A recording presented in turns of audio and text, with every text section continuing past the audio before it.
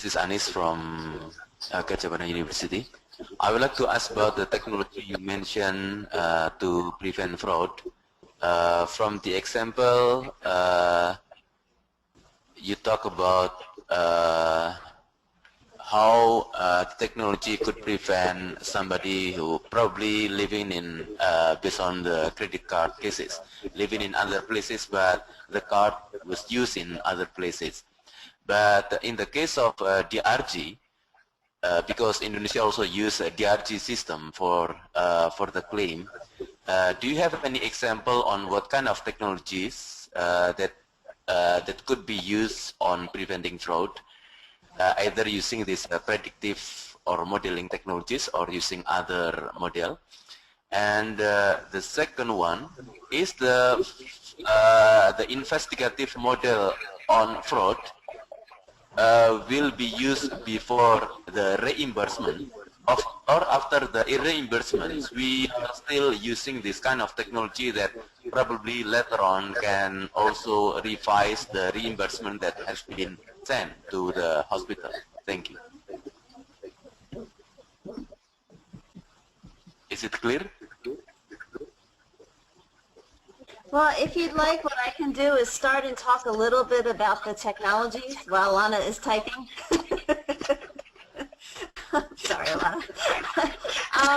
Some of the technologies that we use, especially that mirror the credit card industry, one of them is geospatial analysis, so looking at the relationship of the patient to where the physician or the provider is.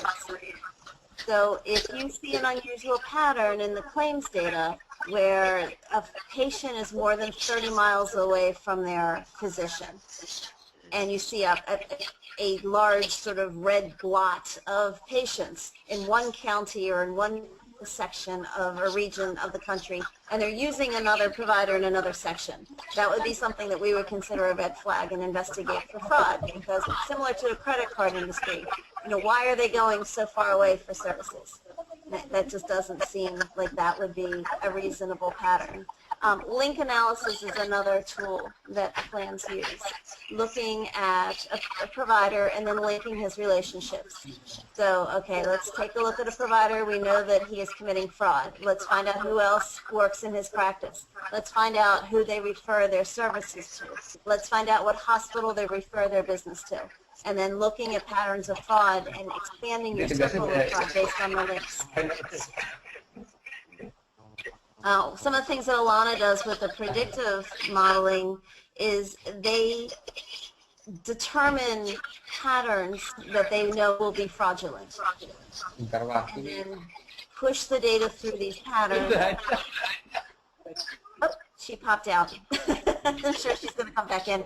They push the data through these patterns to see, and these rules, and then check what information pops up. So certain outliers will instantly appear, and they'll find patterns that they didn't expect.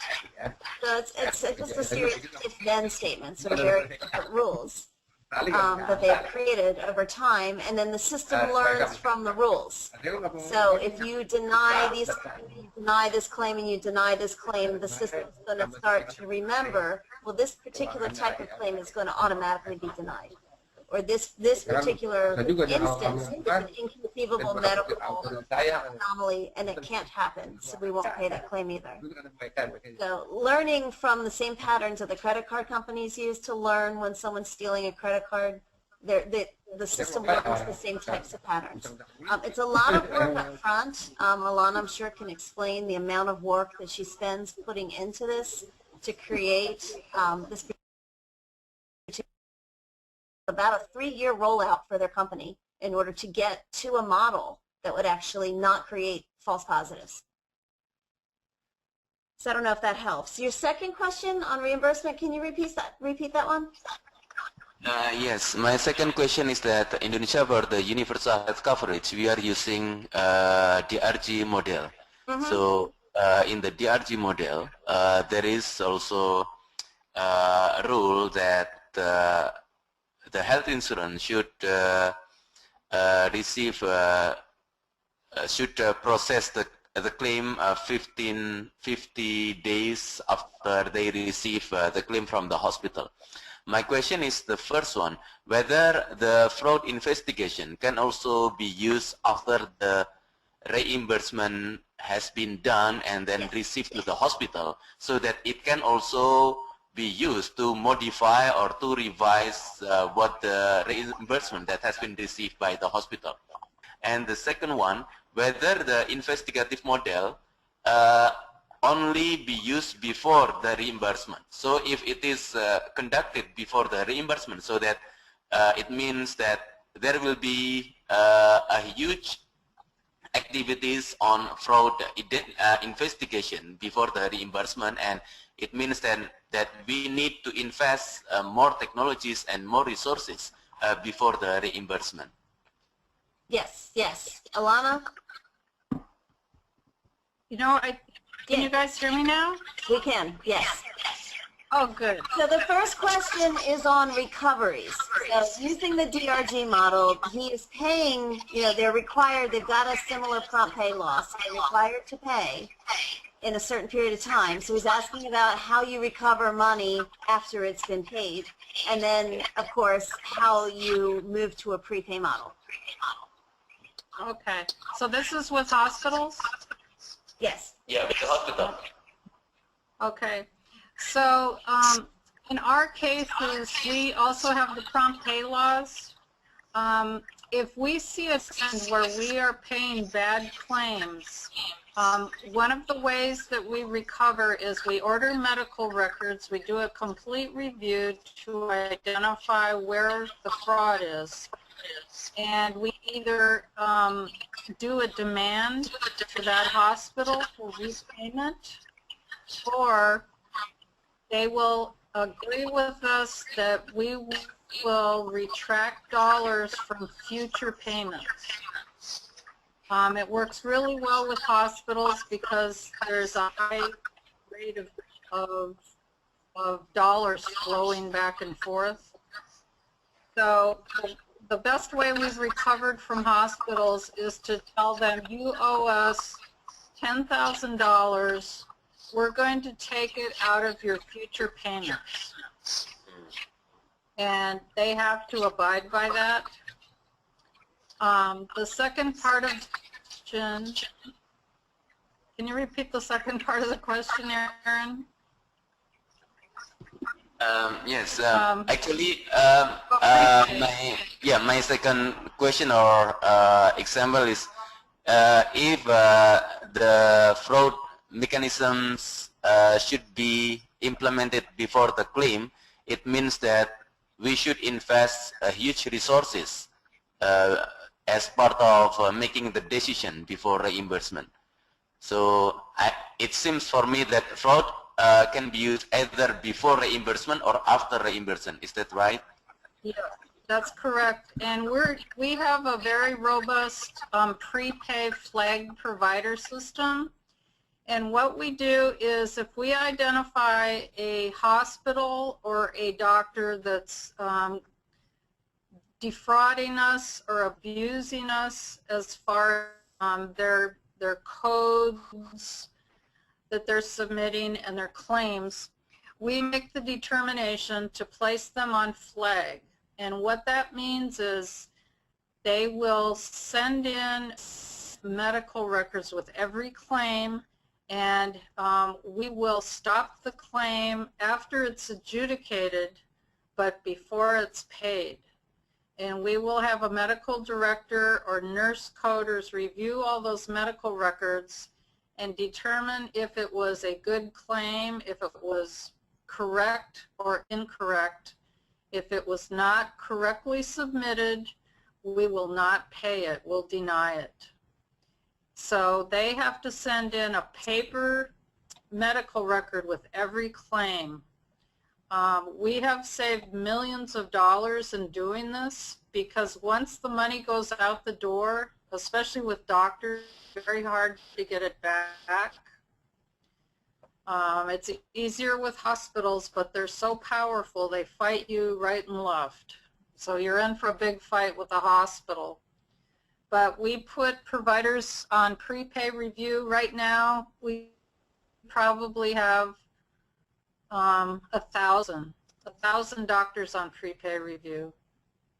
And we save about 18 million a year just from stopping those claims from being paid. Did that answer your question? That makes sense? That makes sense. That's interesting because it will give us a recommendation on how the process for submitting the claim to the health insurance within the within the current time for submissions. And then, sorry, I have also another one question, which is also, I think it's also important. In the Indonesian health insurance system currently, the hospital only submit, I think, less than 14 variables for the RGs. So it includes the diagnosis, the ICD-10 codes for the secondary and primary diagnosis, and then procedures, and then some data about age, length of stay, and others. My question is whether in US, if the hospital submit the DRG, is it also required that the hospital should submit as well all other expenses, including all drugs or other resources that will eventually influence the total cost on DRG, or just only a number of variable for DRG? That's a good question. We have the right to ask for an itemized list, and we do that under audits. When we audit the hospital, we often ask for an itemized list, and we want to see every medication, every procedure that was done during that hospital stay. Because in a DRG type payment situation, it's very common that they will upcode the diagnosis to make the group pay higher. So for example, if somebody goes in the hospital for pneumonia, there's several different levels of the acuity of pneumonia. So if they put a more serious ICD-10, the DRG will pay high. So what you want to do is you want to see every detail of that stay, so you ask for an itemized report. Probably for simplicity, they don't supply the itemized report with the bill, generally. Does that make sense? Yeah, so it means that still the hospital should submit all other variables, not only the 14 variables from the RG component? Right, upon request. Right. Yeah. Yep.